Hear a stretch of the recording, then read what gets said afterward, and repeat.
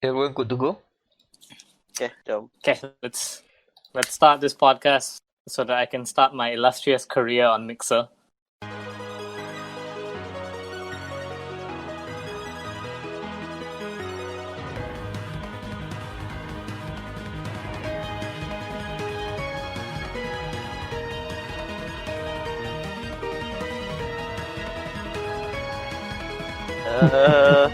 Might rethink that. So, welcome everyone to another episode of dia.log, the Gamer Matters podcast. The podcast where we talk about the only thing that matters and... No, Yes. that doesn't... Thank God they got cut out. I don't have to do the edit. God damn it. Perfectly cut. Disconnected voice chat. That should be a Twitter account. Jesus fuck. Okay, I'm gonna bake in my room for the sake of this podcast because cars outside are being fucking annoying. Freaking rumors, am I right? Yeah, no, dude, there is some tiny dick divorcee who is going around with his muscle car and revving like super loud every time he drives past my building. It's the worst. It's the worst. Your wife isn't coming back. Fuck out of here. Ugh. It's terrible. It's terrible is what it is. So welcome to the podcast. Here we have Meck. Say hi, Meck. Oh, I have no beat today, so hey. We have Danial, who is in the middle of planning his what's the term for Malay weddings, like where you go to formally ask the girl with the whole group. That should be Meminang? Meminang. Yeah, he's on his way to Meminang.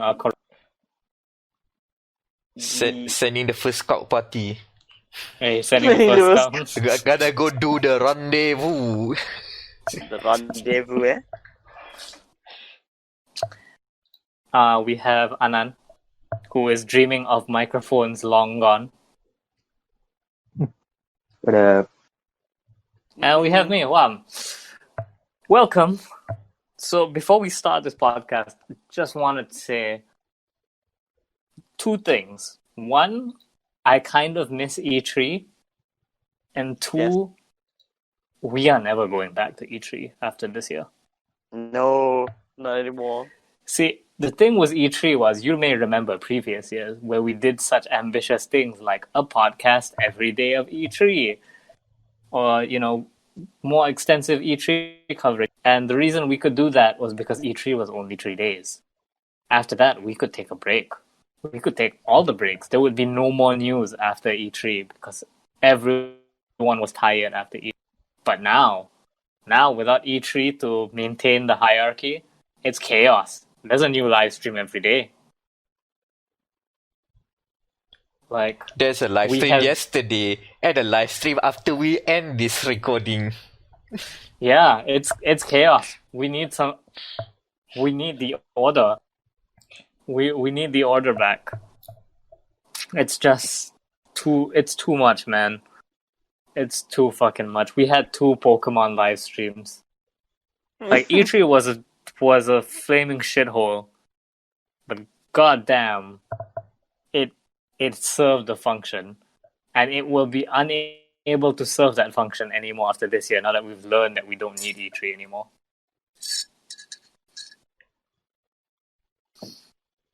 But yeah, so how's everyone doing? I should point out this is my last podcast from Forward Operating Base Bristol. Yeah, we gotta retrench due to current financial situations. Yeah, we're repatriating and being repatriated back to backwards operating base Damansara. Strengthening our foothold back here. Yeah. How about this? How about we start with someone who rarely start the conversation? Anan. Yo. What's up? Sorry. I'm on Reddit now. You're on Reddit now. So Okay, what have you I'm back. what have you been doing, man? Well, so apparently someone's been getting out of jail recently. Oh, yeah, I heard about that situation in Sabah. What does that have to do with video games?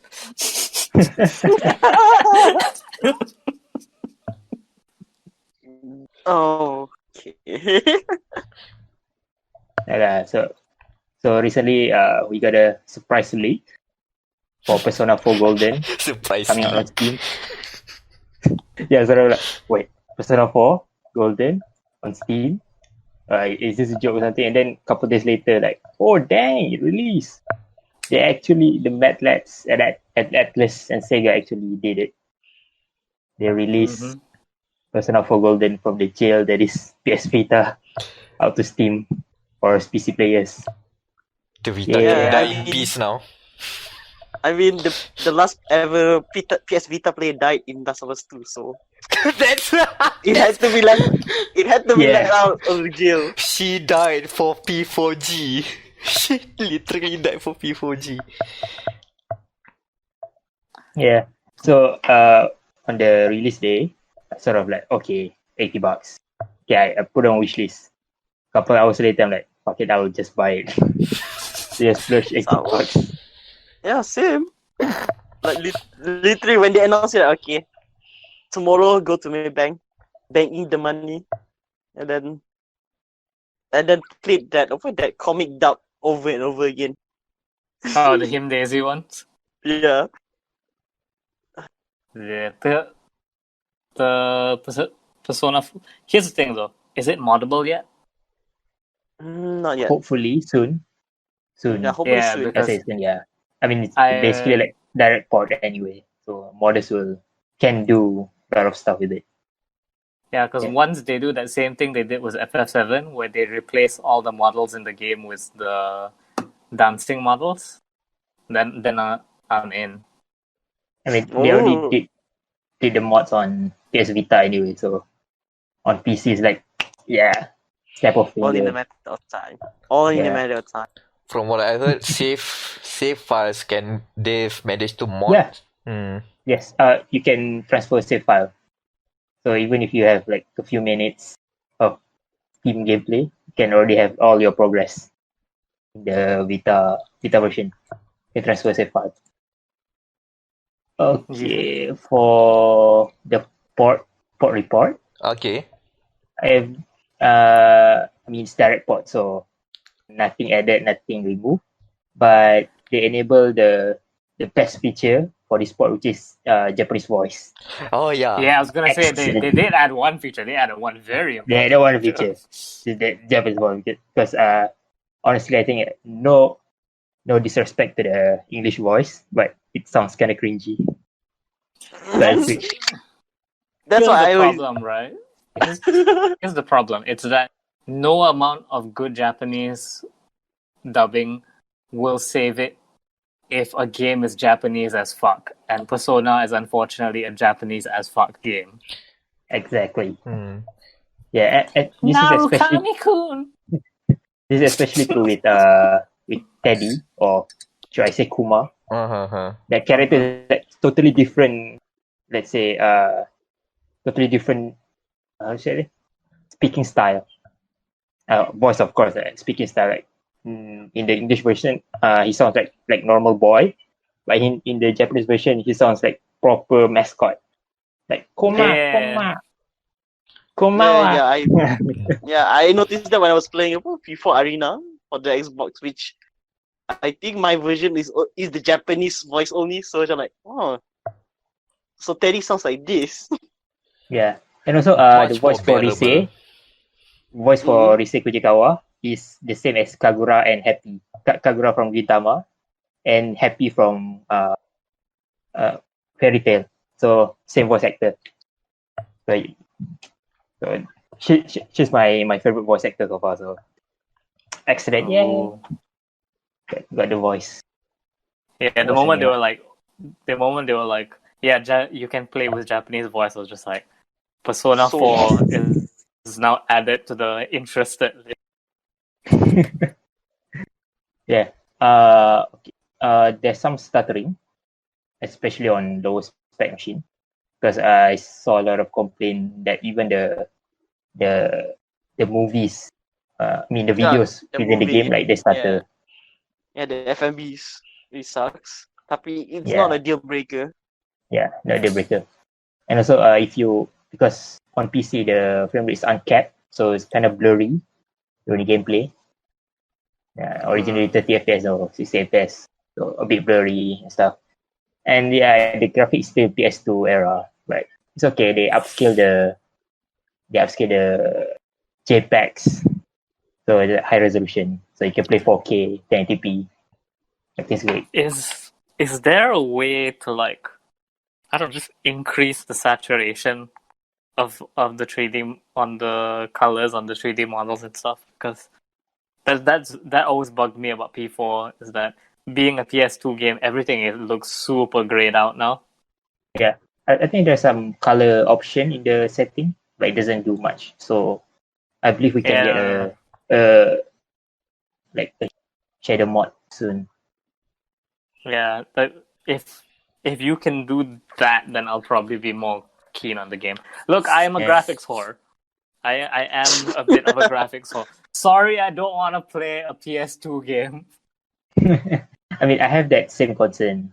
I say PS2, like, can I enjoy it? Yeah, I still enjoy it. Like the story and the characters are excellent enough to the point where I forget the graphics.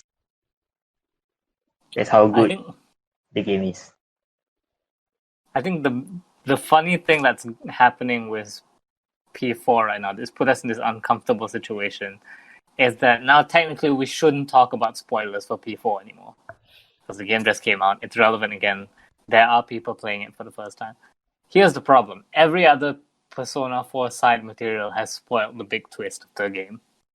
I mean, still haven't been spoiled yet, so no Wow. spoilers. Okay. Okay, we did not know. Okay, this is new information to us. I thought you knew the. Put the barriers on. Put the barriers on. Put the gates Put on. the Go it. Hang up the everything. Put it on. No. don't look at the Blaze Blue Cross Tag tier list right now. No. Do not. Do not look at Blaze Blue Cross Tag at all. Oh, okay. Forget I mentioned Persona 4 Arena. No. No. That is not a game. No. That game doesn't exist. Oh boy. Oh boy, that got wild. Okay, but you know what? I realized that apparently for the PC port they allow you to use a mouse to control the menus, right? Yes. Yeah. Yep. You can. There is mouse support. For gameplay and keyboard support. Yeah, that's interesting. And also, I keep on laughing because there's plenty of jokes about now that we have PC settings, we have graphical settings, right? Now I keep seeing world record speed runs or Persona 4 Golden, where they finish the game by going to settings, shadow turns off, cutscene rolls. Game. Final movie. Game over. Trending. Shadow. Shadows off. That's the meta meme now. That's amazing. Yeah. I already sunk like 40 hours plus, 44, 45 hours on the third dungeon. Okay. So now, Mitsukubo, the Mitsukubo dungeon. The big game. So I still have a lot more. You've met So Kanji. you have all the party already there. Yeah. Yeah? You the only tried one with left. No. The only one left is Naoto. Naoto. Mm-hmm. Oh. No kicks. She's the only one left. Naoto. Wow, so that means you've made a good chunk of progress into the story in like 40 hours? Yeah. And I think it's halfway. Already halfway. Okay. I'm still I'm still like level 40, 46. Mm-hmm. So I'm mixing it up with like P5 where you get your full party at like the end of the game. So I thought like you were approaching the end of the game already. But if you're only halfway through, then yeah, that sounds like a proper Persona. I'm a completionist, so after every dungeon, I take all the quests, go back to the dungeons, and get all the requested items. Yeah, so I'm a Nice. completionist. That's why 44, 45 hours already. So like halfway through. Yeah. Also, when I pronounce the game like Persona 4 Golden, I sometimes just say Persona 4 Gaiden instead. I don't know why. Persona 4. Gaiden. For some reason, like Persona 4 Golden. Oh shit! No, Persona 4 Golden. Persona 4 Gaiden, though, I heard that really improved the hack and slash genre as a whole. I mean, Gaiden means side story, so I think if they do make side story, they can name it Persona 4 Gaiden. Also, like for some reason, this game reminds me of JoJo Part 4. That's the thing. No, my friend was saying that in the Persona fandom, there is this weird theory that they are low-key based off of the JoJo part. Because 1 and 2 are very strongly connected to each other. Then part 3 is the one that a lot of people remember because it was like so radical for its time. 4 is a slice of life murder investigation in a small rural Japanese town. 5 is about a bunch of lovable rogues taking on society. Exactly. Like even the opening music for P4G is like Crazy Noisy Visa Town style of Yeah, song, exactly. up to that level. Exactly. It's like happy sound, and then bodies hanging from the antenna. Like this escalated quickly. It's just like, like obviously it's not a 1-to-1 comparison, but there's definitely some similar broad strokes here. Oh yeah. I can't wait. P7 I can't wait reboot, man. for. And then P8 is like messed up. I can't wait for P6 to take place in a prison.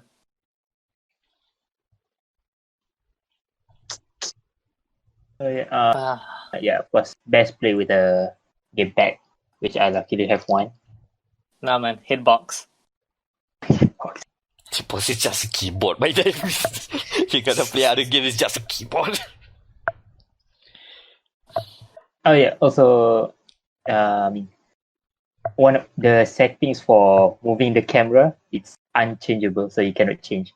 So to pan camera to the left, you push stick to the right. So it kind of takes some getting used to. It uses heretic controls. Yeah. It's like reverse rudder control.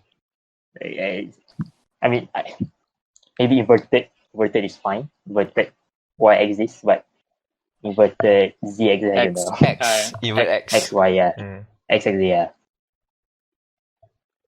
Inverted Z axis would be really funny though. Is you press it down to stand up or whatever. Yeah, inverted Z axis would be crouch by default, and then you have to hold down the right thumbstick to stand up. Game developers, I challenge you to make a game with that feature. Where crouch is on by default. So yeah, excellent game. Thank you, Atlas. Now Persona 5. No, Persona 5 Switch first. Here's the thing, right? Okay, wait. Yeah, we forgot to put the Smash thing in the docket.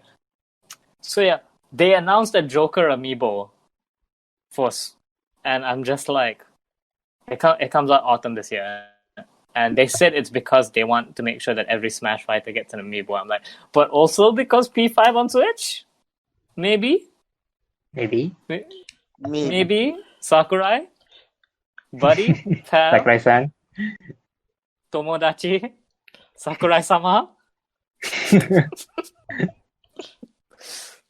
Make it P5R. I mean, obviously, yeah, that seems to be obviously P5R. I would say obviously, but then we had Catherine Galaxy on Steam.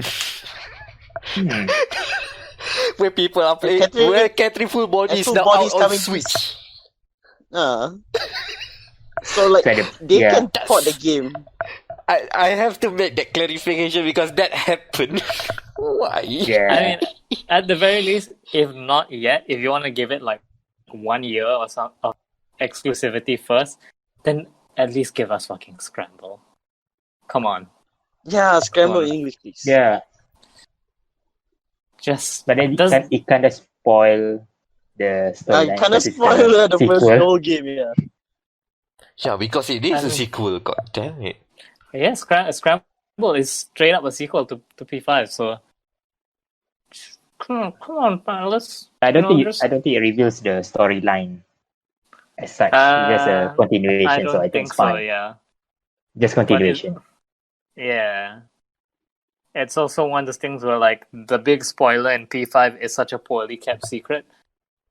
And if you haven't caught it by the end of P5, you probably will have caught it by the time you realize that certain characters are weirdly missing from Scramble.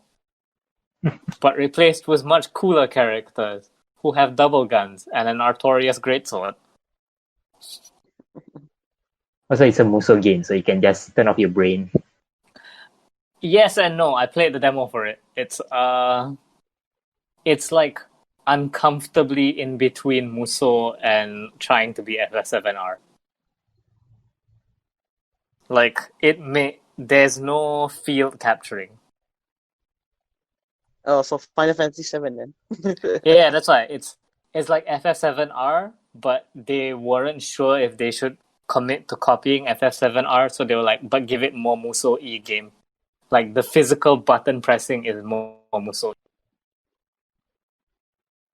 But it's definitely going for that action RPG vibe that FF7R has. Because like when you cast magic with your persona, you get the AoE box that appears in front of you to target.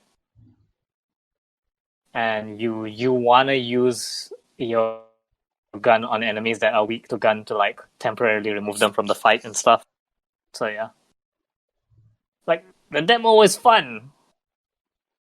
So why can't we fucking get it in the West? You know? Maybe it's still localizing.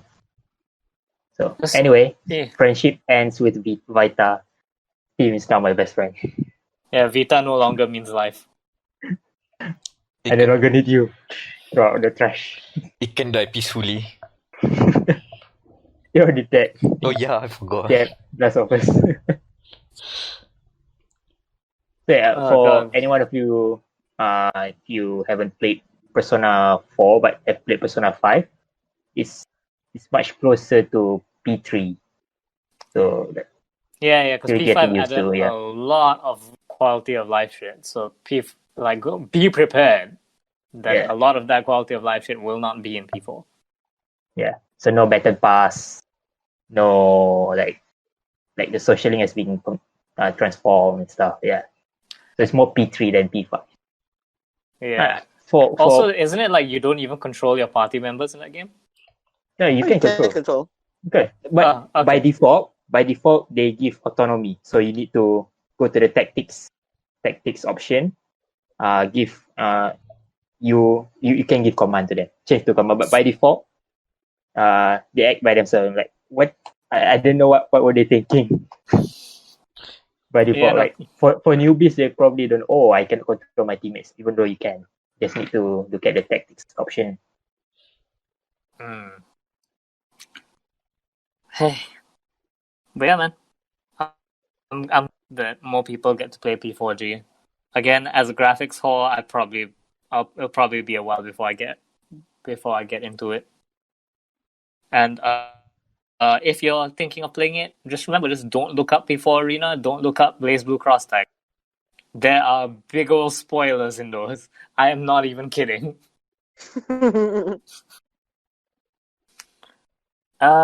We've been dancing around it. I suggest we talk about the big game that came out recently. Okay, so we've pulled up all that wallbox spoilers, right? Okay, tear it down, burn everything, that's fence, defense it, pull everything down, raise it down. The cuffs are Lawyer off. no Jutsu has worn off. The bondage have been removed. Everything has been fully freed. We are allowed to do this. Also, spoilers. Again, get spoilers. Oh yeah. Actually, no, if it's spoilers, do you think we should move it to the end of the end of the podcast? And we don't want to do that. I thought we want to do that first. So okay, I mean, I'm asking you, like, this decision time. I'm holding a golf club here. How should we proceed? Is this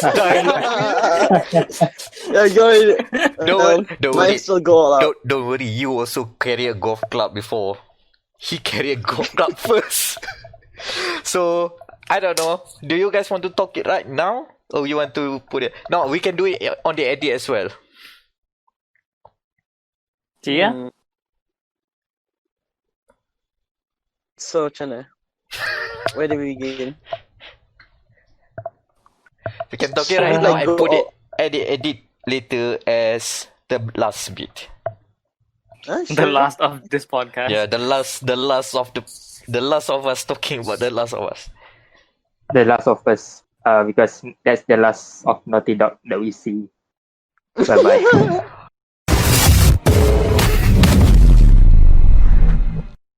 We returning back to the normal timeline? Return back to the normal timeline. Gee, guys, that was a spoiler. Rewind time, everybody. Yeah, the Persona 4 talk was very good. I didn't know we changed timelines. That was a trip. That was a trip. Look forward to that at the end of the episode. Oh boy. I would like to talk about the Pokemon DLC now that we've come out of that depressing talk. I assume it's not depressing. So here's the that's thing. later. That's the news depressing. No. Yeah. We can the spare. expansion. Yeah, expansion. Isle of Armor, yeah. Yeah, expansion came out this week. So here's the thing. I don't really care about the Isle of Armor. The way they pitched the two expansions was the first expansion is quite story-based. And the second expansion is more like, here's endgame content for you. So I'm having a lot of trouble willing myself to spend the money to buy the season pass because I don't really care about the Isle of Armor. However, when they added the new Pokemon to the game, you do not need the expansion to get the new Pokemon. So I got my friend to transfer me all the new Pokemon that were added in. So my main issue with the DLC, right? Aside from the fact that I don't give a shit about the story, it's just like Pokemon Sword and Shield is kind of a weak game on its own. So leading with a story DLC was probably not the best idea. It's just like apparently they answered the question where people are complaining that your rival has been too nice in the past few games. So the rival they give you in this game is an asshole. Like in the expansion, they give you 2 new rivals, Clara and Avery, depending on which game you're playing, you get a different one. Apparently, Clara straight up cheats in battle. Boy. Avery is supposed to be equally an asshole, but apparently, like, they turned the bitch meter too high on Clara, and she's just too much of a... Like, she just completely overshadows Avery. Unfortunately, Clara is only in Pokemon Sword, and I'm playing Shield, and so that makes me sad. And that's another column for why I don't want to play Alabama. There's also the problem of it sticks you as a Pokemon, and you can only play the campaign for Isle of Armor with that Pokemon. So that's a problem. That's a big old problem. Because I had this discussion with a friend, right? There's only five or four Pokemon now. There is Anthropomorphized Furry. There's Waifu. There's Pikachu Clone. and there's talking mascot character. Yeah, 4. There's only 4 Pokemon. And so this is the anthropomorphized furry one. And it's just... I don't care. Maybe I'm just getting old. You know? But like, yeah, forcing me to stick with this Pokemon is just like, I don't wanna. The way I see it, this is the DLC is a 30 USD for that endgame expansion one, and Isle of Armor is just kind of there in the meantime. Oof. I do feel like I cheated the system though, since I got some of the new Pokemon without having to get the game. That makes me feel good inside. So that's pretty much my experience. Also, the new raid they added, it's a special event raid to promote the DLC. You can play it even if you don't have the DLC. There's 2 versions of the raid. It's a furry type Pokemon called Zeraora. And the regular Zeraora is pretty easy to deal with, while the EX version of Zeraora, which is shiny, is a fucking asshole.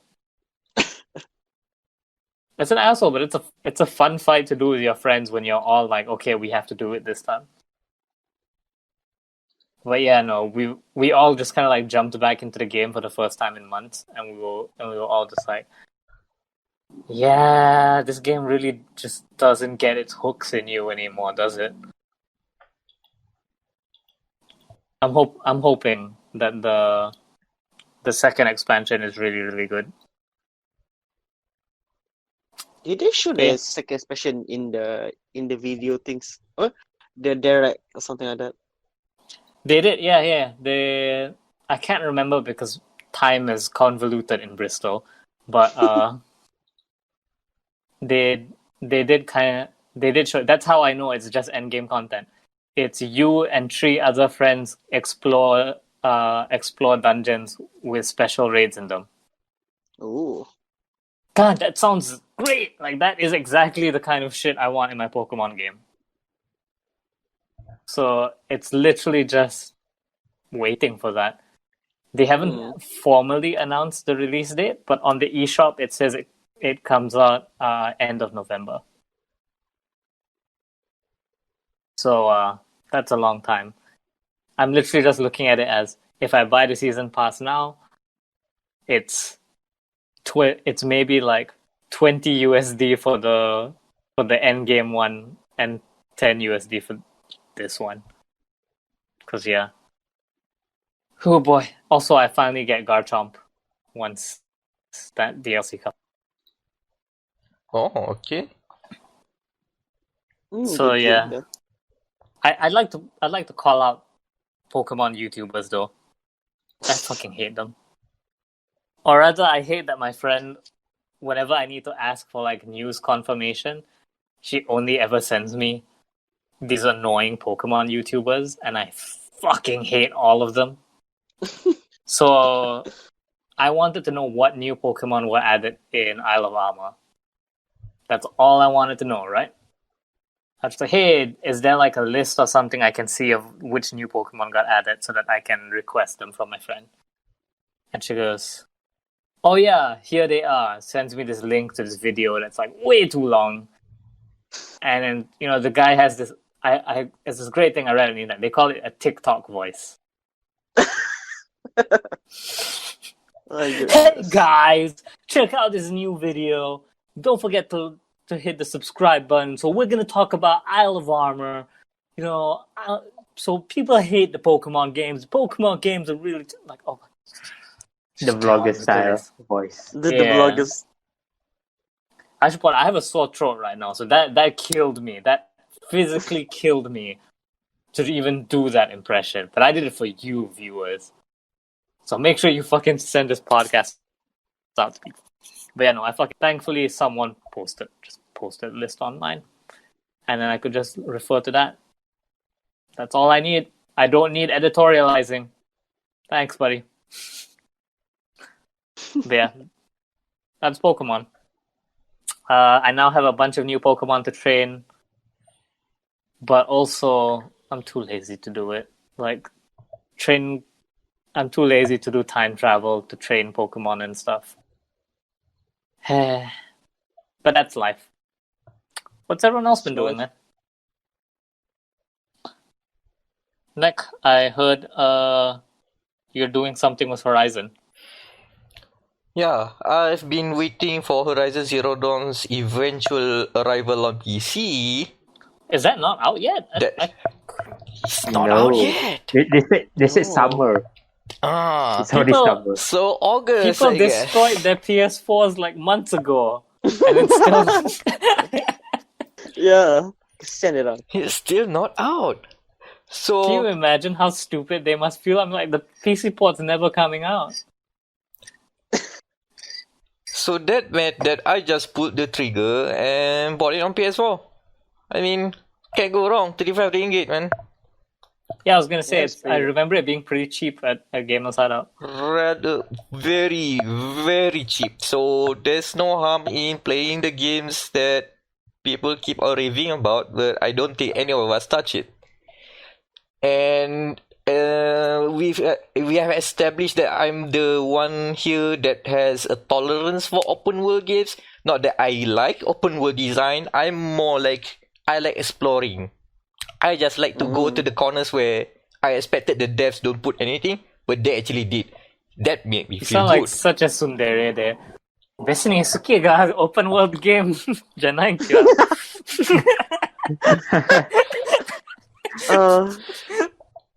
That may be subconsciously being rubbed on me for my viewing, for my view history, but maybe not. I don't know.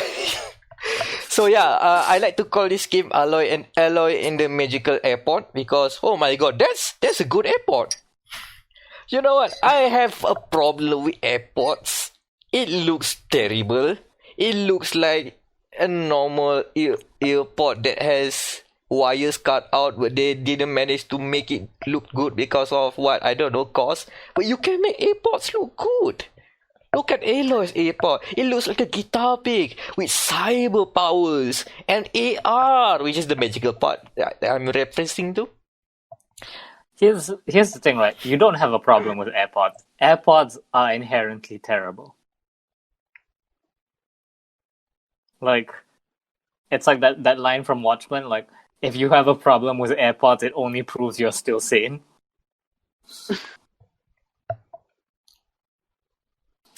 But yeah, continue. So, as I am saying, so interestingly, from my experience of playing the terrible world building of Kingdoms of Amalur, Horizon Zero Dawn is a breath of very fresh air. This world is interesting right from the bat. You begin as a baby. No, not a birthing baby, but just a baby. But you are introduced to what I'm gonna call a cyber tribe. It's a tribe, it's a group of tribal people, but cyber because it's the future. But apparently the future means we regress as a society.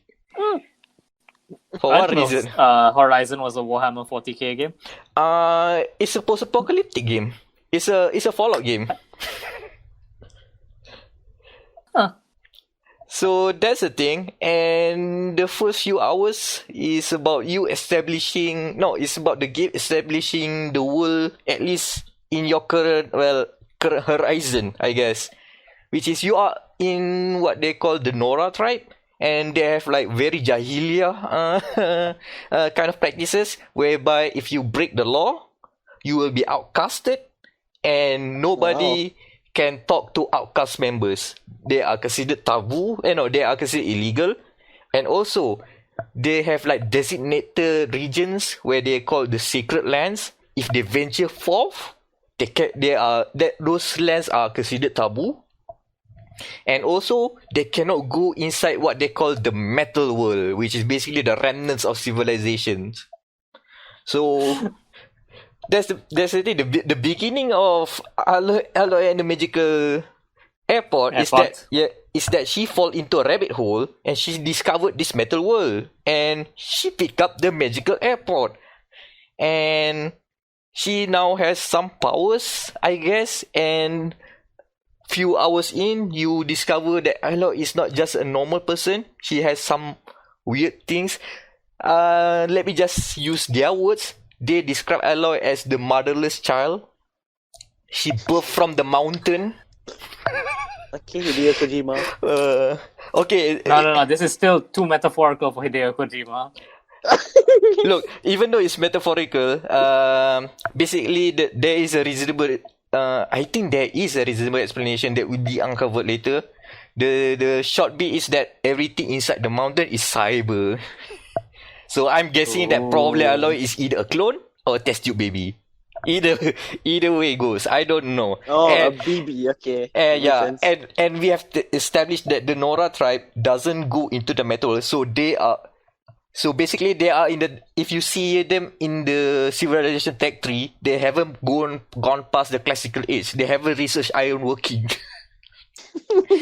Weird that they still like graph like metal pieces for their ornaments, but those are just from scratch from the machines, which are basically AI animals that you can see. Some of them small, some of them are basically Monster Hunter's monster size. They are huge. Like chonkies. There's the I guess the poster boy of them is called the Thunderjaw, I guess, which is basically a T-Rex. And the naming is all very, very very descriptive. They call them the Watcher because that guy is the alarm guy who will sound off all the alarms.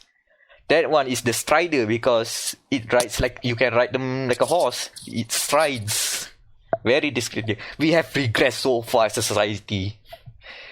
So the cool thing about Horizon is two things. One is I like the exploration bit. The world itself is interesting to explore. And even though the game opens up as an open world, you basically have like a linear trajectory to go to. So the critical path is like go from here to here. And when you reach that part there, the world...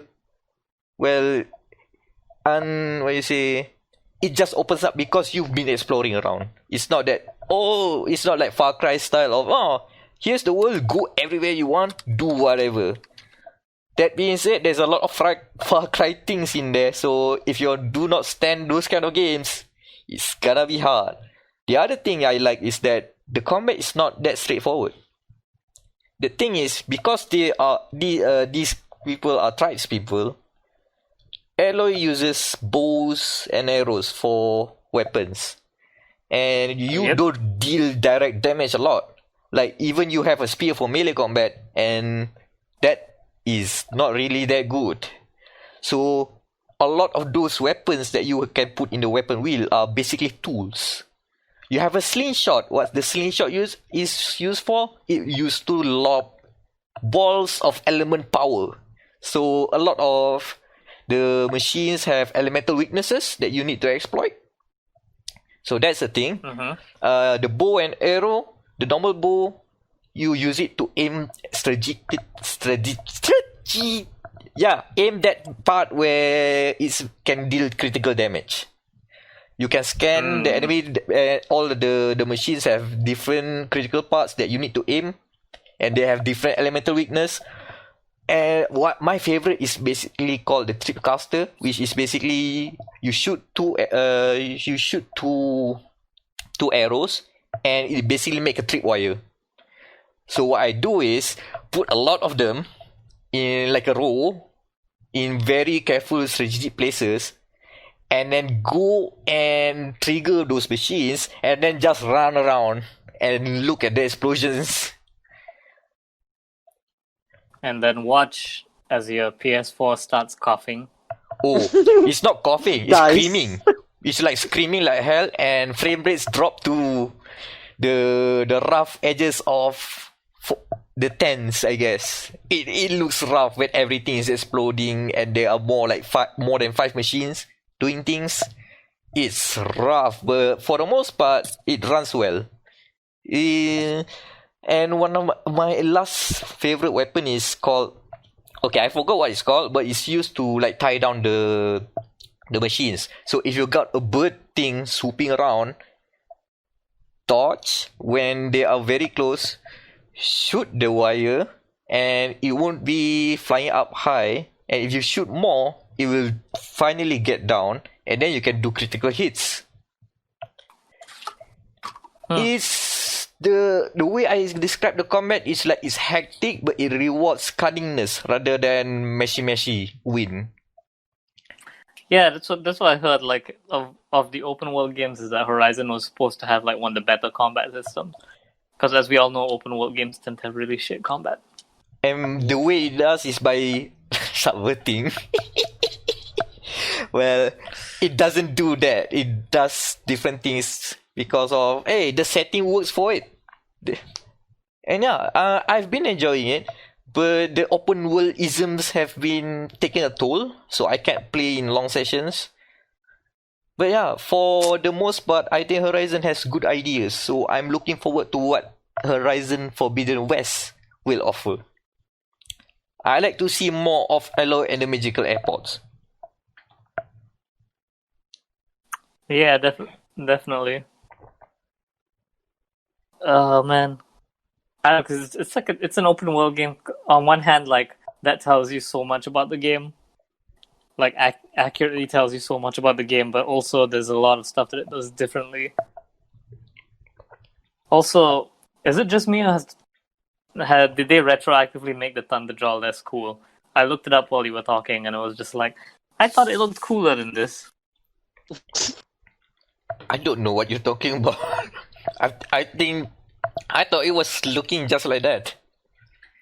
And I don't know. I just weird feelings about the designs in this game. I guess we can move on to news. Are we moving on? Go then. So, one piece of news requested by friend of the podcast, Toka. He personally let me know that Malaysia has a new virtual YouTuber. Is it Raham? I wish it was. We would report that like way earlier if that happened. But it's a thing, I guess. So I watched like a bit of her debut. Let me pull up the name real quick because I can't remember. Is it Lily? Yeah. Liliana Vampire. Here's the thing, right? Here's the thing. First of all, good job. Congrats on the debut. Like, this is not an easy thing to do. So, good job to everyone involved. Here's the thing. As an old school weeb, like, having the pattern in your brain is see a thing that looks like anime, expect it to be in Japanese. I know Anan is with me on this because he is a fellow JP voicer.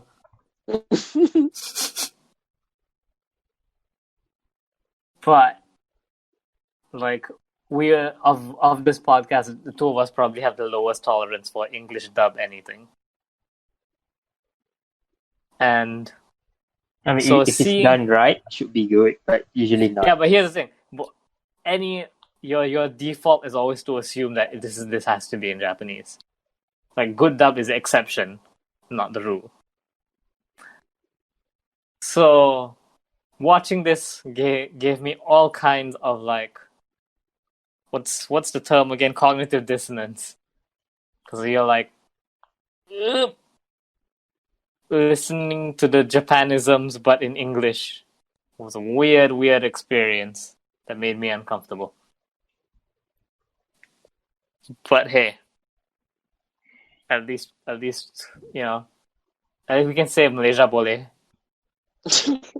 I mean, some of you may thought that we are like thinking like a weeb, but it goes the other way to like listening to Japanese trying to speak English has the same level of cringe, cognitive dissonance. So it's a two-way street. It's a two-way street. Anyways, just thought I'd bring that up because I told Toka we talk about it on the podcast.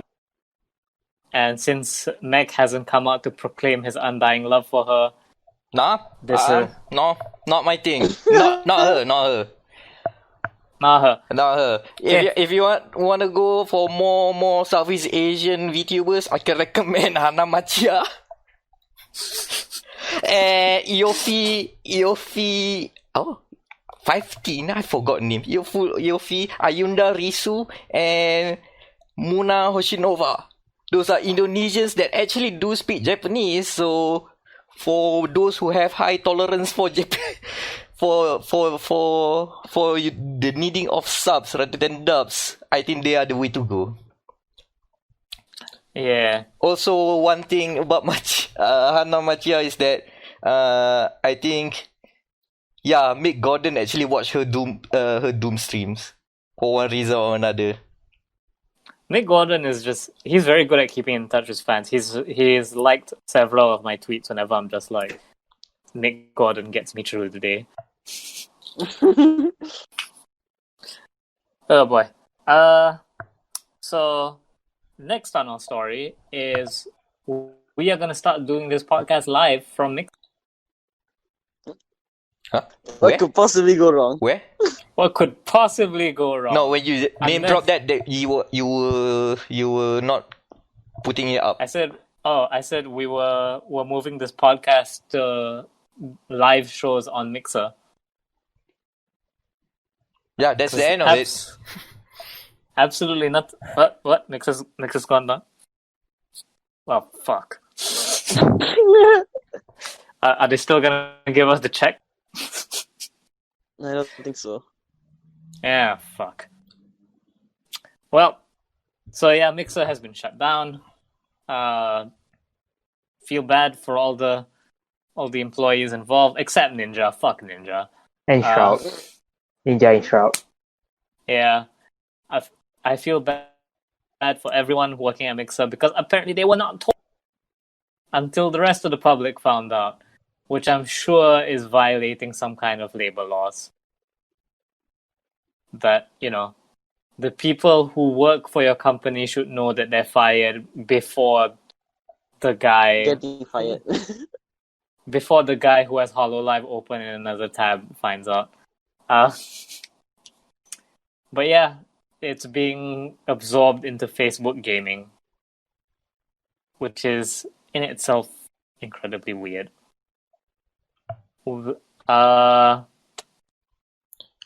So, do you want to hear a heartbreaking story? What? So Pokemon had a second live stream after their big Pokemon Direct. And everyone was wondering what it could be. They thought maybe they're saving, to have its own live stream would have to be pretty big news. People were like, is it a new game? I have always been in the camp of Pokken DX Revelator. Because I just want more Pokken. And live stream starts, right? And Pokemon loves to do these thank you for being with us montages, where they show like footage from the first games and time lapse, show lots of kids like bonding, like Pokemon fixed my broken family kind of stuff, right?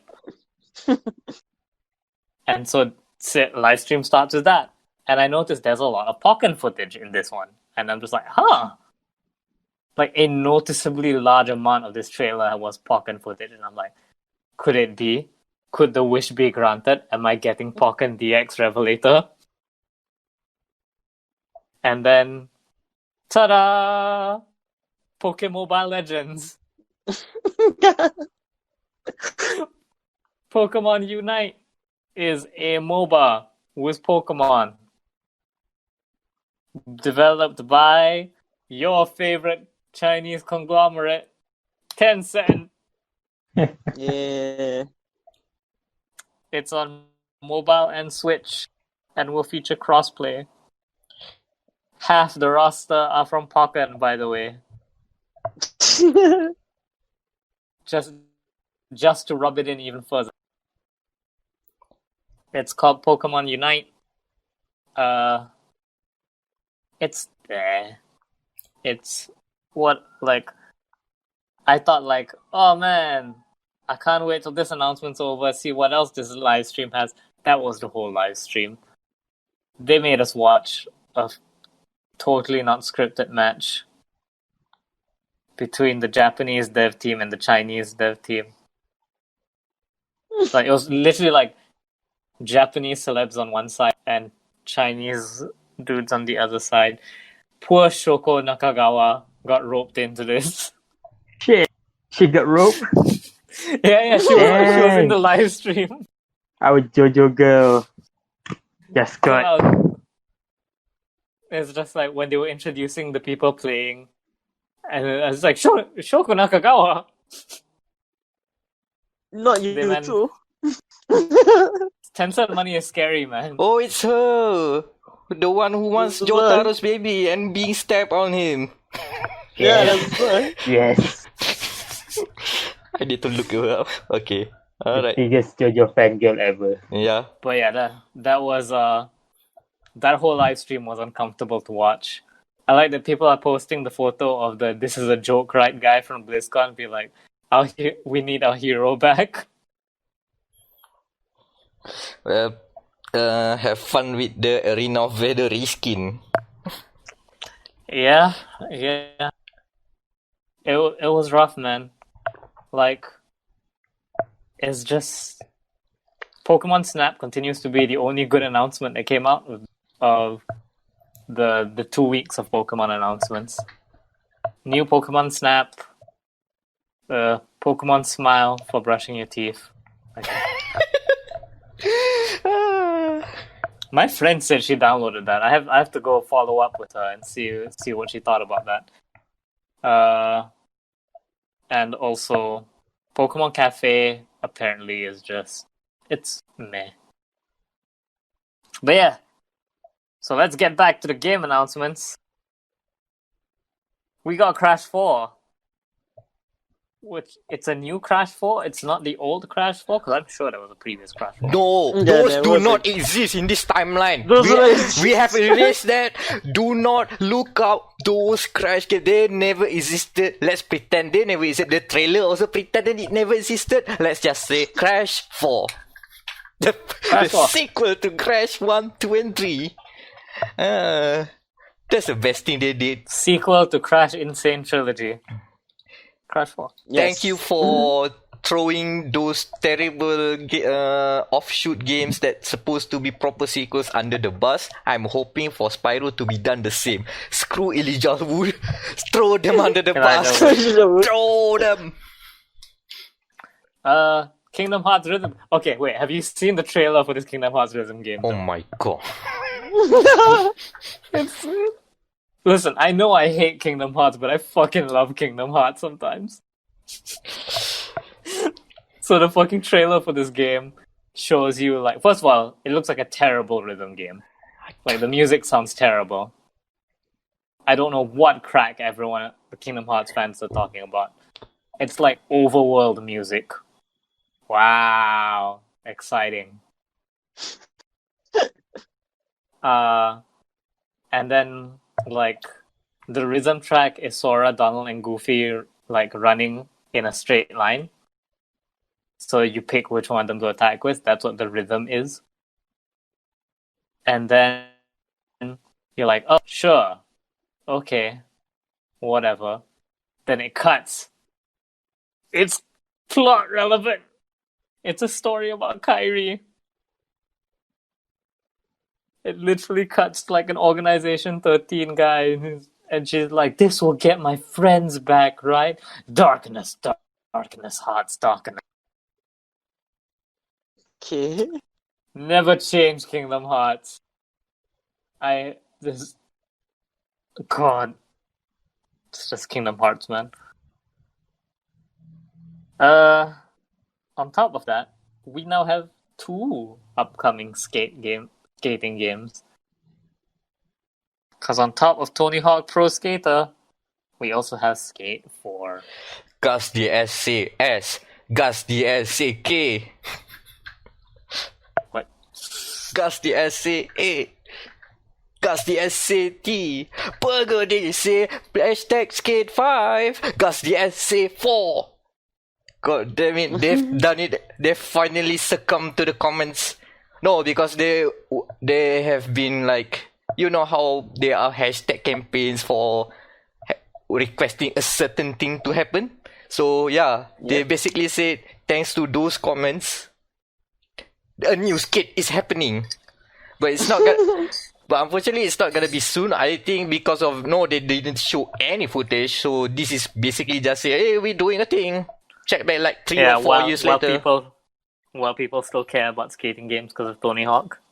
Yeah, right now is a good time to say about skating games. This is the best time. Should be. But in the meantime, again, Session and Skater SL will fill that void.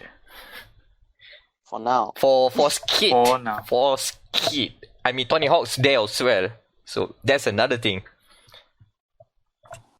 Apex Legend on Switch and mobile with cross-platform. Okay, All 5 of them. Hey, is it mobile? No, it's just on Switch.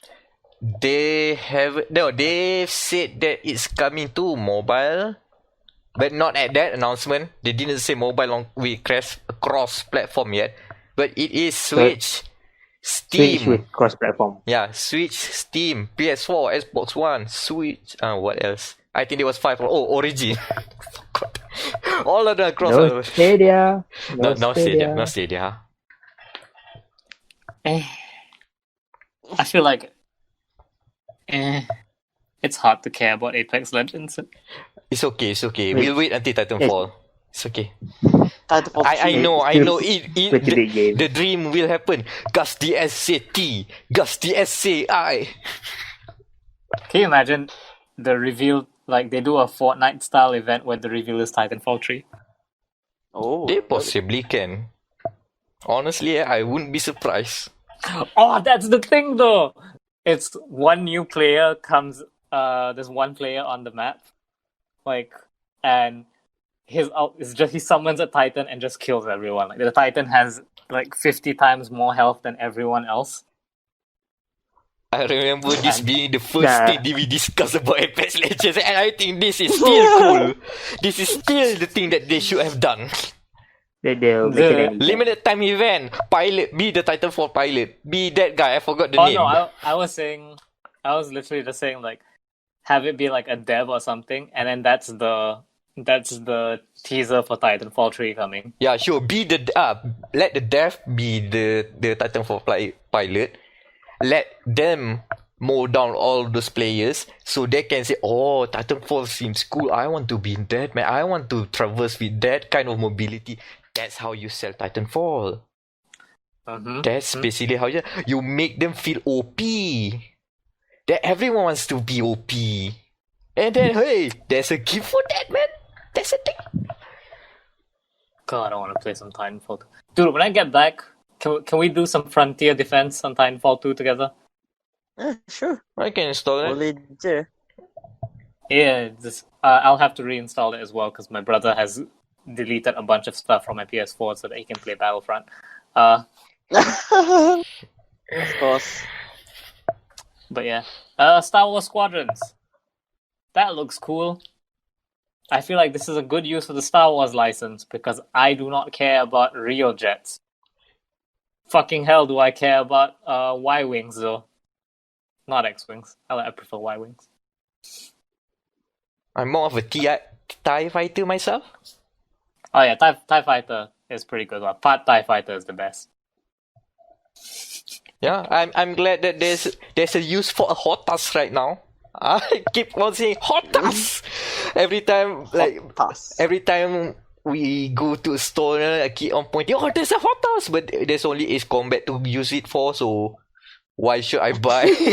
I'm not a Ace Combat guy, so yeah, at least more use for HOTAS. Elite Dangerous. Okay, now I have to reconsider. I mean, the Flight Simulator is coming soon. It's gonna be expensive. It's cross-platform too, right? Squadrons, yeah. Squad. Yeah.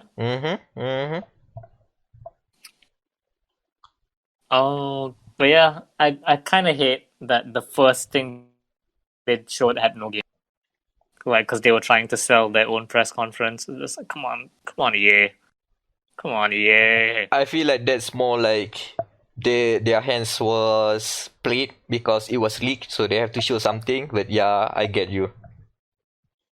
Yeah, it's like, Okay, next. Next, It Takes Two. Who What put is this that? in? And please explain why. Because I didn't tune in for this. Neither did I. It Takes Two. Yeah, it's like this is the new game from Haze Light, aka Joseph Ferris' new company. Yeah, Joseph fucked the Oscars Ferris. Yeah, it is another 2-player co-op game, but this time it is a platformer where one person is going to the left and one person is going to the right. I don't know how that will work, but okay. Wait, is this the same person who did Brothers? Yeah. Yep. Ah. It's a platformer, tapi one going left, one going right. So that is interesting to say the least. At least it's getting more cookies and cream vibe, I guess. Oh yeah, he knows his audience. They want a cookies and cream too. And lastly, so we didn't get anything new about Guilty Gear, but I had a revelation because they showed off some gameplay for the previously announced characters, not the character that they just announced, which was Ram Lethal, by the way, which is really cool. What I've learned is that, wow, this game is really, really still in development. Like the fact that, like, I am now of the belief that whatever they show you is literally what they have right now. Because they showed just gameplay for Milia and Zatoichi. Because they weren't in the CBT. And so they weren't playable in the CBT. So this is the first time you actually get to see them like in action. And they do not have voice lines. Like they don't even have like the hit sound noises in that trailer. And it's not even like they muted it with music or something, because they still make like the hit sound effect. They just straight up don't have any voice lines. And I'm just thinking like, good God, this game is very much still in progress. Which, because it's extra funny because like New Game Plus Expo, which is in Japan, is supposed to be the E3 replacement. And it's like, this is what you showed for that because you blew your load with Ram Lethal at the IGN thing. Also, Milia has apparently an amazing air dash. So, I'm not saying this is our fault, but I'm saying this is our fault. They listen to our passionate filibuster in defense of air dashes. And she looks fucking sick, man. Zatoichi looks okay, I guess. Apparently he plays like Relius Clover from Blaze Blue, which means that if I don't get Elfelt, I'll probably be playing him. Because I like that. I like that playstyle, even though it breaks my hands. One more thing from NGPX I forgot to mention is we got the most baller sneak peek at No More Heroes 3 ever. Did you guys hear about that? Oh yeah. What better way to showcase a game by just standing in front of Yeah, fucking Suda51, the absolute legend, sat in front of the gameplay. My favorite thing about this, and this is why I hate a lot of Malaysian student works. The thing that Suda51 did great is he never acknowledged it. No, this is a good time to come together and not everybody in the Twitch chat like, move aside. So yeah, that's because like have you ever seen like a lot of the student works where the joke is always something in the background, then they'll always have the really shitty reaction at the very end. Like I remember going for this one, watching this one like advertising competition, and this one group, their entry was really clever, where the whole campaign was innuendo. What? And then like at the end they go like, "What did you think we were talking about?" And it's just like, "Oh god, no!" Like everything I liked about your project just went down the drain. Like because you had to do that.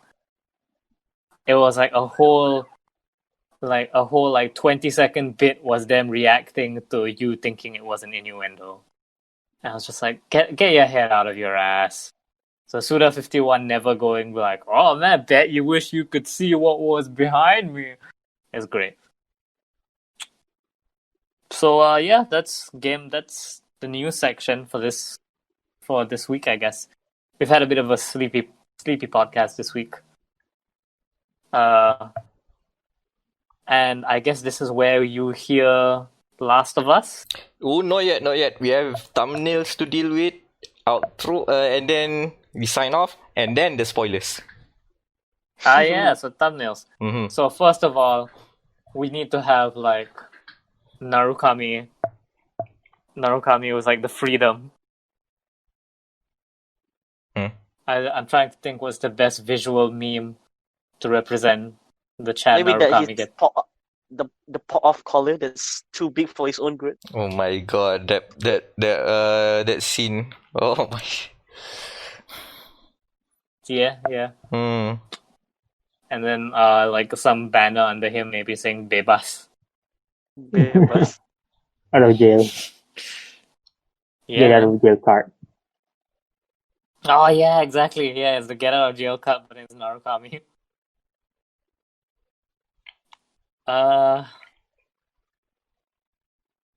We made some good references in that Last of Us talk. Trashfire.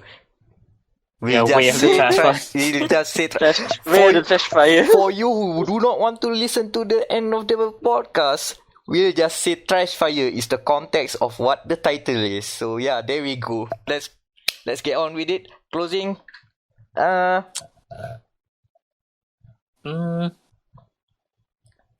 Social links and stuff. Oh yeah, so social links and stuff. Yeah, follow me on Twitter at Whammerol. Patreon.com/Whammerol. Just the usual, you know. Oops, I'll probably have some Pokemon stuff up eventually. Daniel. You can follow me at Twitter at ILRTFleaky.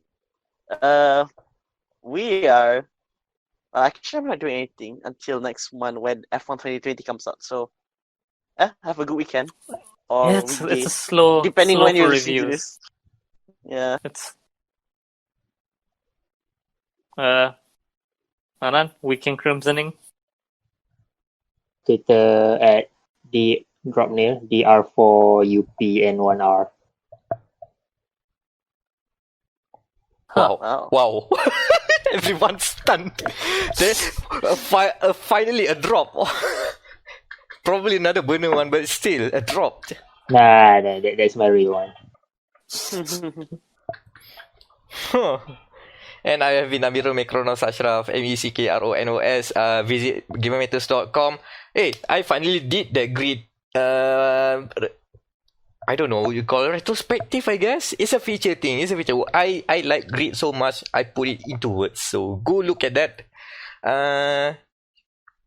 You will see content as it comes. So until then, there's the dia.log, the Game Amateurs podcast. Yeah. Bye.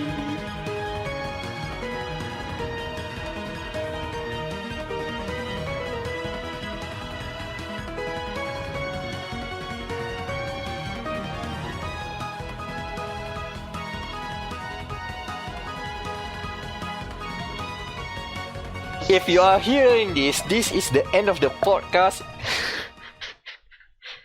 And you should Yeah. have known already. This is spoilers. Spoilers. This is the final line.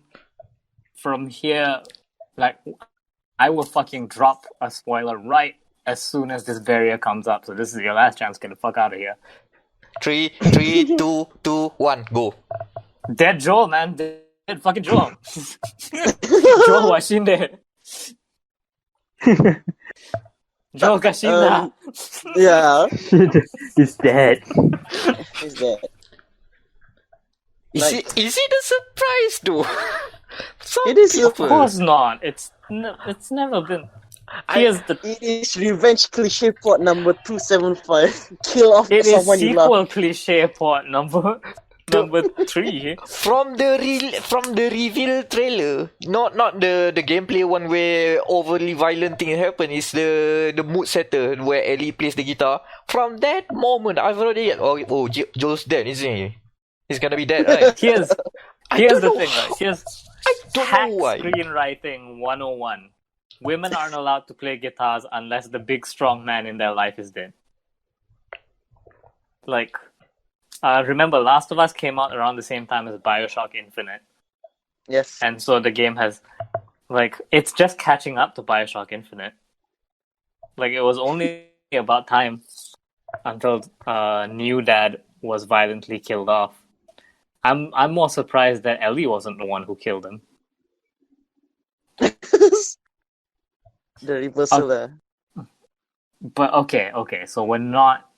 Okay, so let's wind this back from the beginning. That was just to get people off to realize that we are not fucking around when it comes to spoilers. So Daniel, how was Last of Us 2? Daniel's the only one out of you who's actually played it. Like, one of my issues of the game, besides the story being garbage, is that they basically just threw out whatever they have built in the first game and then just threw it on into the trash. Basically, like, in a way they want to subvert expectation. That's what I've been hearing the notices. Yeah, that is Yeah, the it's goal. my new least favorite buzzword. So, are they successful at the attempt? Hard no. Okay, now explain. Alright, explain. I'll just Please show your working. Plus 2 Okay, marks. Plus 2 marks, eh? 3 if you're lucky. So, like this, it is edited due to the fact that say as 2 characters, Ellie in her revenge, and also the villain Abby. Oh You boy, know, you are cutting out. Hold on. Jalan. So where do I cut out Abby? Begin your explanation in full. Because Oh my God. I cannot hear you clearly. Okay. Alright, so TLDR, we play as 2 new people. One usual people, which is Ellie, Okay. and the other one is Abby, the new girl, the villain of the whole story. We have to play on their side of the view for some reason, other than trying to stretch out the game. Mm-hmm. And It's called Revenge Bad. revenge bad. Hold on, continue your thought.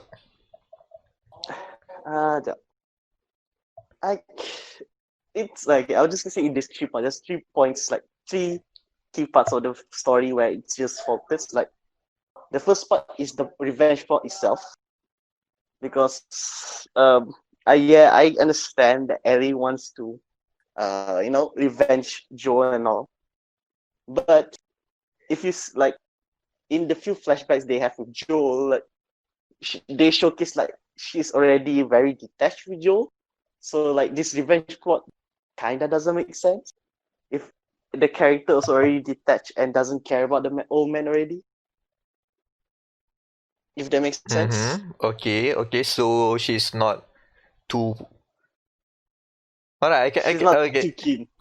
I mean, Yeah, so that she's not at the position of she's so lovingly loved Joel that she would die for him at that point of time before. But then suddenly, now that Joel's died, suddenly, revenge! Take down revenge! it's like that. Okay, there's a problem. Okay, continue. What's your other points? Now, so the second point is that one of Abby's main goal is to avenge her father, which is I think in the story, which is at the end of the first game. So this is the spoiler of this whole series basically. Joel shoots him dead. Okay. So now Abby is traumatized. Oh no, I just saw my father just got shot by some guy, of which I know his name after searching for 10 years. Okay, that's dedication. Yeah, that's the one. Like, how does she know that it's Joel? Like, you just, because in The Last of Us, like, they have mercenaries, and also like the mercenaries probably doesn't have names. So how does she knows this specific guy with the number, and then spend all of a youth trying to find him? Another plot hole there. Plot contrivances. I don't like this. Okay, continue. Okay. And I think this one, like the most damning one, is the third one. My third point is that the reason why Ellie is mad at Joel is that because she says that, if I were dead, we could have found a cure and all. Like, okay, makes sense. But if you play, I think someone played on Grounded, because there is one secret note that if you play on the hardest difficulty, there will be one note that says, oh no, actually the cure was already abandoned years ago, because there's a lot of immune people that have died because they tried to find the cure. So as if they have just brushed off a thing that which they have put it in like a decade before, basically. I mean, it was fun back in The Last of Us to speculate whether Joel's decision was the right one or not. Because one of the arguments people doing are that is having sacrificed Ellie with the surgery thing and have her die would actually make a proper vaccine for the thing there, for the outbreak. Because there were notes lying around where there were plenty of unsuccessful attempts. Yeah, that's right. Yeah, that's my but point. It was so more a speculation thing, because I don't think it's like concrete thing. People are just like, there was legit argument, but argument because of the story has a lot to talk about, not because the story is good / bad. Like we are having here. No, yeah. So for me, my assumption is that that like scrap of paper is true. So probably Joel made the right call, basically, because he basically doesn't want to see another daughter just dying like that. So, but in the end, like when Ellie is now a teenager, which is where we come to present day, where she finds out about it by going into that same hospital to find the documents, and then being mad at for that, like, shouldn't you be glad then that you basically didn't die out of it? Okay, why? Yeah,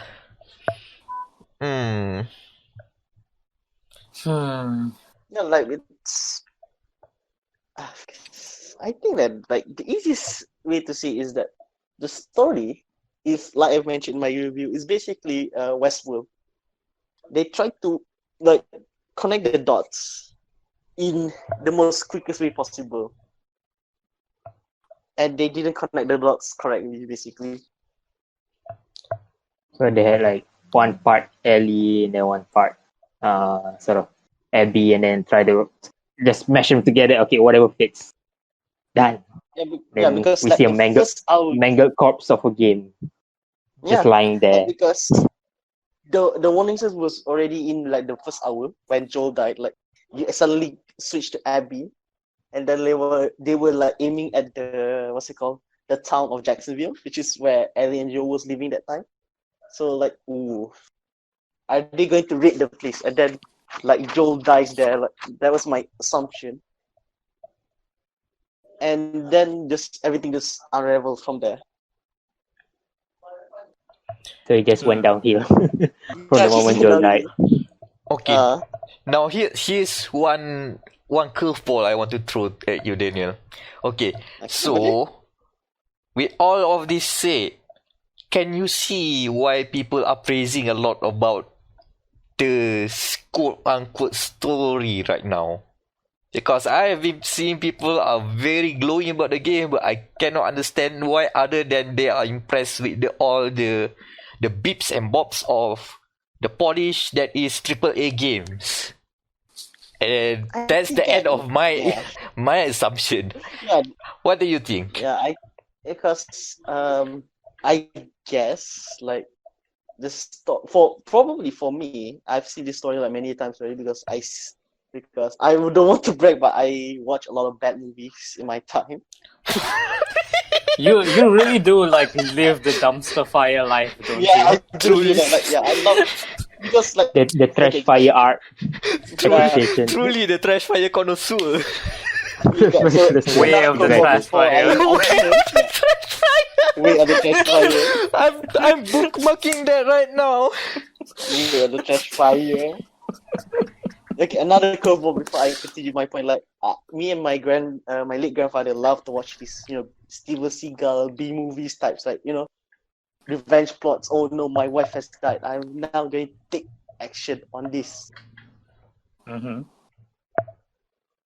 Which ironically is actually one of Joel's favorite movies. The B movie style. Okay. So which is Shyamalan. ironic. Yeah, so which is ironic given what happens to his own series. So like this B movie style, the try-to method of revenge plot and then the subversion. I think the subversion is a new change. I think that the 2010s baru introduced this, subversion punya genre. I like to call it like, the like it's subversion became mainstream like in the past few years because then your marketing team can say this isn't like this genre is stupid, but my thing in this genre is smart because I subverted your expectations. Which is ironic given that the guys that made the cinematic experience is also Naughty God in the form of Uncharted, but okay. If you think about it, subverting? if you think about it, The Last of Us is basically subverting Uncharted. Because remember the whole bit about people liking Uncharted. Oh, look at all of that Nathan Drake has been murdering countless of people by saying ha adventure, exploring, go brrr. So The Last of Us basically grounded everything about violence and making sure that that Joel is a murderous motherfucker and he's not a good person. And then they try to subvert that. Oh no, the person you're killing has a name, has a family, has a dog. God, that's the problem with Last of Us, right? Here's my theory on Last of Us, by the way. The only reason people say that the story is some masterpiece is because the marketing team says it's some sort of masterpiece. Yeah, it says that. Yeah, I remember like it's blurb saying like follow this storyline of Ellie's revenge. I'm pretty sure I just said a copyright somewhere there. Exactly, that's it's marketing 101. Tell enough people that this is a legendary story, and that's the baseline that they're going in on. They already planted a bias on there. Okay, yes, amazing. Yeah, my take on it is that they're seeing the whole storyline in a siloed way, in a sense. They don't see like from Last of Us 1, Last of Us 2, and then like in a grander scale, they haven't experienced that kind of like narrative common because they don't consume that kind of story. So they think that okay, they did okay, first game something like that. Okay, second game, okay, The Last of Us 2, it has consistent theme. Okay, it has consistent storyline. Okay, focus on that storyline real good, and then it's like they seeing just one aspect of it instead of the whole picture. They're like, okay, it's good, even though like if you follow from The Last of Us 1, like it doesn't make sense for that storyline to be that way in The Last of Us 2. Okay, Anan, I think you got something going there because I really like your point to where I can put my own anecdote to support that argument. I like The Last of Us. Saying as a person who don't play survival games, who don't really watch TVs and movies, and I think that sort of I forgot there's a novel that has a similar plot where it's a apocalypse and there's a guy and a son or a daughter, I think, and they are not like they are not really related, but that's the relationship they build around their road trip through some apocalypse land. I forgot the name, but it's not original.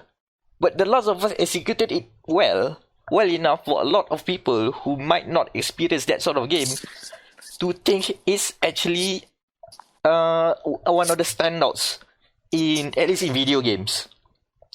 Here's the thing, right? Like you mentioned the this is an original story. This concept is the first script every writer writes after they have a kid. Oh, Sure, for sure. yeah, that makes sense. Of course, the parent-child adventure trope. Okay, to I have continue. to take care of my kid at all points. Hold on, I want to put one more thing about the same thing about Anan said, right? You know how many people are impressed with Ellie's guitar, that you can actually play a guitar in The Last of Us Part 2? Warframe. Yeah, Warframe. Big band. Xiaozin. Skull Ghost. Xiaozin.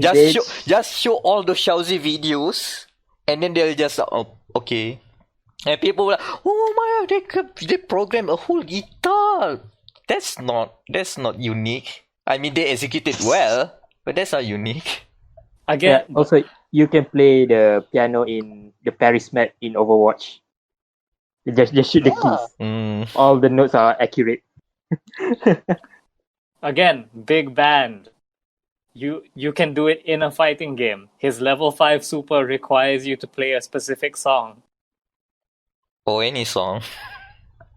No, you have to input the button input for the song first, and then you can play any song. I have been labbing in big band hell lately. I'll take your words then. So okay. Here's another argument I want to put into this discussion. Why does Spec Ops The Line work, but The Last of Us Part 2 don't? I assume because Spec Ops The Line did not spend how many millions of dollars in marketing budget to tell you that this is the Schindler's List of video games. I mean, that game's B tier, so that's a good start. Yeah. I mean, it's literally a B game. It's literally shovelware that somehow people latch on to. Okay, but any other arguments on it? I think okay, so I'll just put that way. Since we're going, this is going for too long, even for the end of the pod. I feel. I think where the story just basically crumbles down is the final act, which I talked about in the last episode, briefly. Mm-hmm. Yeah. So the last part of the game is basically the epilogue section, which is Santa Barbara.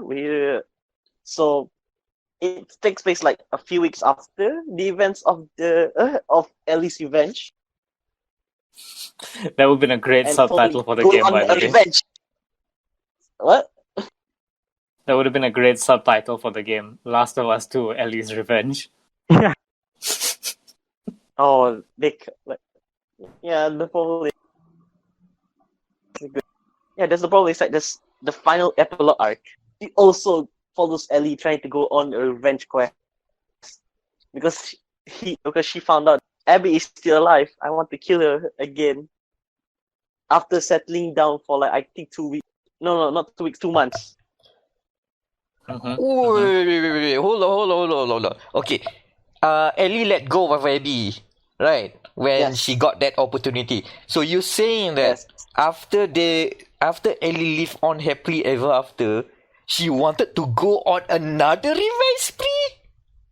Yes. What It's not 2 months, Salah. It's 2 years. Yes. What? It's 2 years. Still, that's what? So, okay. So, we can expect The Last of Us 2 Gaiden, not The Last of Us. Because that's objectively horrible. Trash. Not The Last of Us. This is not The Last of Us.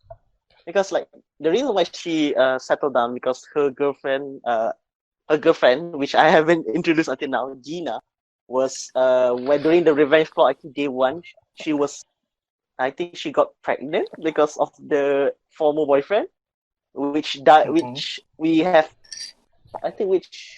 also partnered in one of the days and then dies horrifically. Then, I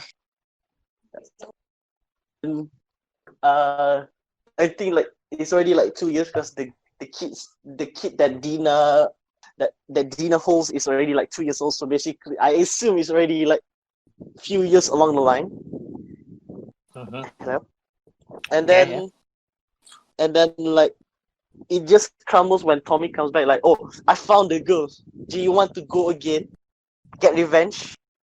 For which she said, yeah, sure. So she goes to Santa Barbara. Again, basically the plot is already like in threat team basically. Like anytime you'll fall apart. It falls apart when suddenly there's this new group of people. They are basically like Californians, just killing anyone and everyone. That sounds like Californians to me.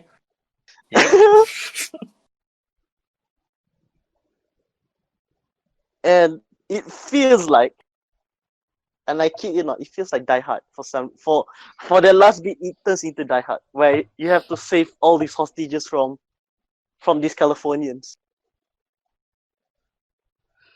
So The Last of Us to Christmas movie level.